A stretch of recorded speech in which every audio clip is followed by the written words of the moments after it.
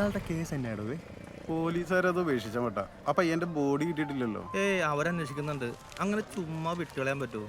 Sukumara കുറുപ്പിന്റെ case അന്വേഷിക്കുന്നുണ്ട്. പിന്നെ ഇത് അപ്പൊ എന്റെ അപ്പനും അമ്മ അമേരിക്കക്ക് പോയി. പിന്നെ ആർക്കെ കേസിൽ ഇത്ര താല്പര്യം? പക്ഷെ പോലീസുകാർക്ക് നല്ല കലിപ്പുണ്ട്. നല്ല പണിയിൽ അവർക്കൊട്ട് കൊടുത്തത് പോരാത്തതിന് ആ സഹദേവന്റെ പണിയും പോയി. അവനത് വേണം. അവനിത്തിരി മുറ്റായിരുന്നു. എന്തായി കളക്ഷൻ? കൊറേ കിട്ടി. ബാക്കിക്ക് സ്ഥിരം പല്ലി പോലെ തന്നെ. ചേട്ടാ, ഇയാള് മൈജിന്ന് വന്നതാ, മറ്റേ CCTV കാര്യത്തിന്. എന്തായി? കഴിഞ്ഞു സർ. ടി വിയിലൊക്കെ കണക്ട് ചെയ്തിട്ടുണ്ട്. ക്യാമറ ഒന്ന് ഇവിടെ ഉണ്ട്, ഒന്ന് പുറത്തുണ്ട്. തിയേറ്ററിലെ അത് 2 ദിവസം മുമ്പ് കഴിഞ്ഞു സർ. സാറിന്റെ ഫോൺ എന്നാൽ ഞാൻ അതിൽ ഇൻസ്റ്റാൾ ചെയ്ത് തരാം. എത്ര സമയം എടുക്കും? ഒരു 20 മിനിറ്റ്. കളക്ഷൻ എന്ത് എത്രയുണ്ട്? 38. ഇത് ബാങ്കിൽ കൊണ്ടിട്ട്. ചേട്ടാ, ഏഷ്യൻ കേബിളിൽ നിന്ന് വിളിച്ചിട്ടുണ്ടായിരുന്നു, മറ്റേ ബ്രോഡ്ബാൻഡ് കാര്യം സംസാരിക്കുന്നത്. അതൊന്നും ഇപ്പൊ വേണ്ട. ഇവിടെ എല്ലായിടത്തും 4G. അല്ല, ഈ ഡിജിറ്റൽ പ്ലാറ്റ്ഫോംസ് ഒക്കെ വന്നോണ്ടേ. ഇവിടെ അതിനിവിടെ എത്ര വീട്ടിൽ സ്മാർട്ട് TV ഉണ്ട്? ആദ്യം അവർ TV ഒക്കെ വാങ്ങിക്കട്ടെ. നീ പറയുന്നയാക്ക്. നീ ബാങ്കിൽ കൊണ്ടിട്ട് പോ.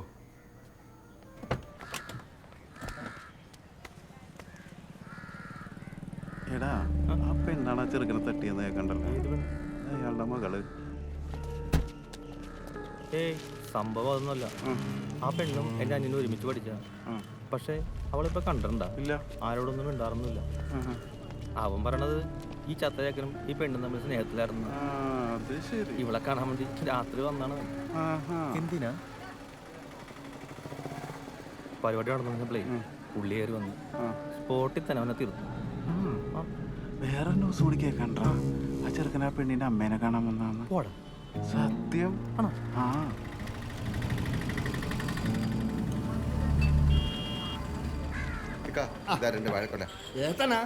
ഒരെണ്ണം ഒന്ന് ഞാനിപ്പോ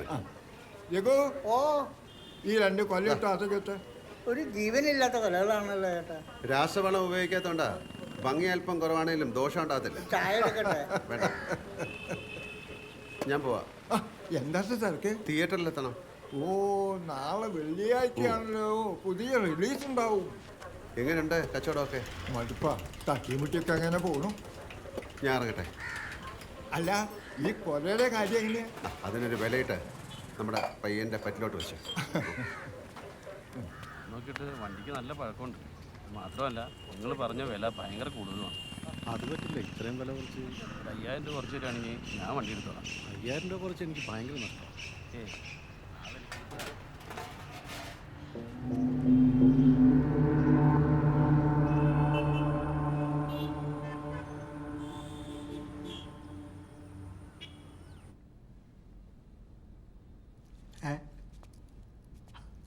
ഇത് കൊള്ളാനോ സാർ? സദാനന്ദ, ലോകം വളരുമ്പോൾ നമ്മളും വളരും. അല്ല, പണി കിട്ടിയ ഞങ്ങൾക്കാ. അല്ല, ഇനി ഞങ്ങളെ എങ്ങോട്ട് തിരിഞ്ഞാലും സാർ അറിയാമല്ലോ. അല്ല, അതിപ്പോ നിങ്ങൾ അല്ലെങ്കിലും ഞാൻ അറിയും. ഇതിപ്പോ എന്താ ചെയ്യാ? ഹോൾഡ് ഓവറായ ഈ പടം തന്നെ ഒരാഴ്ച കൊണ്ട് ഓടിക്കണോ? മുതലാവോ? സാർ, ഇതൊരു ഫാമിലി പടമല്ലേ സാർ. വെള്ളി, ശനി, ഞായർ ഒരു അനക്കം വരാൻ സാധ്യതയുണ്ട്. സാറേ, സാറിനെ കാണാൻ ഒരാൾ വന്നിരിക്കുന്നു. ആരെ? അതറിയില്ല. വല്ല നല്ല പടമോ ഗ്യാപ്പ് കളിക്കാൻ കിട്ടുമോ നോക്ക്. അല്ല, ഇത് തന്നെ അങ്ങ് ഓടിച്ചു. ഞാൻ എറണാകുളം വരെ പോവാ. നാളെ വരും. ശരി.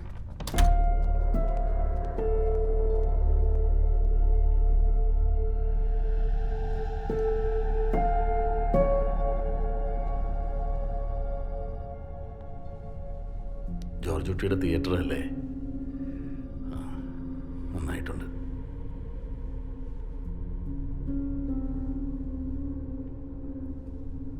ഞങ്ങൾ വന്നിട്ട് 2 ആഴ്ചയായി. മറ്റന്നാൾ തിരിച്ചു പോവുക. കഴിഞ്ഞ വർഷം വന്നിട്ടുണ്ടായിരുന്നു മോൻ്റെ ശേഷക്രിയകൾ ചെയ്യാനായിട്ട്.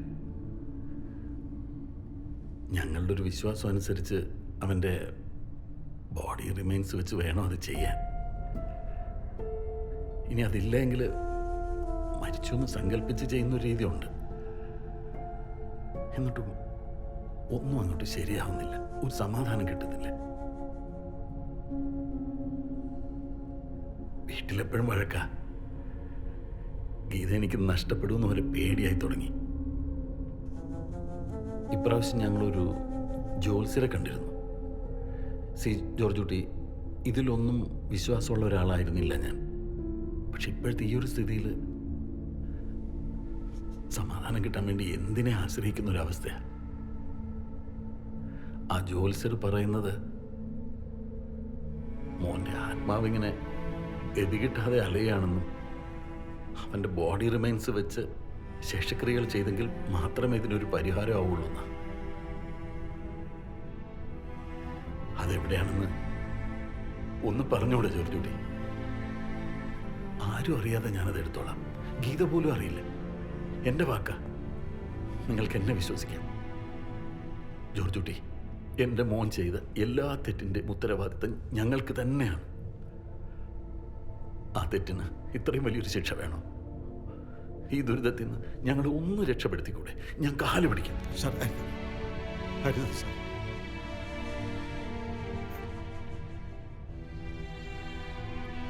സാറിനെ വിശ്വാസക്കുറവുണ്ടായിട്ടല്ല, സഹായിക്കണമെന്ന് ആഗ്രഹമുണ്ടെങ്കിൽ കൂടി എനിക്കതിന് കഴിയില്ല.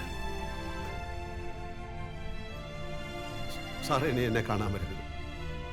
ഞങ്ങൾ മറക്കാൻ ശ്രമിക്കുന്ന ആ ഓർമ്മകളിലേക്ക് വീണ്ടും വേണ്ട സാർ. ഞാൻ നിസ്സഹായനാണ്. എനിക്കൊരിക്കലും സഹായിക്കാനാവില്ല. ജോർജുട്ടി,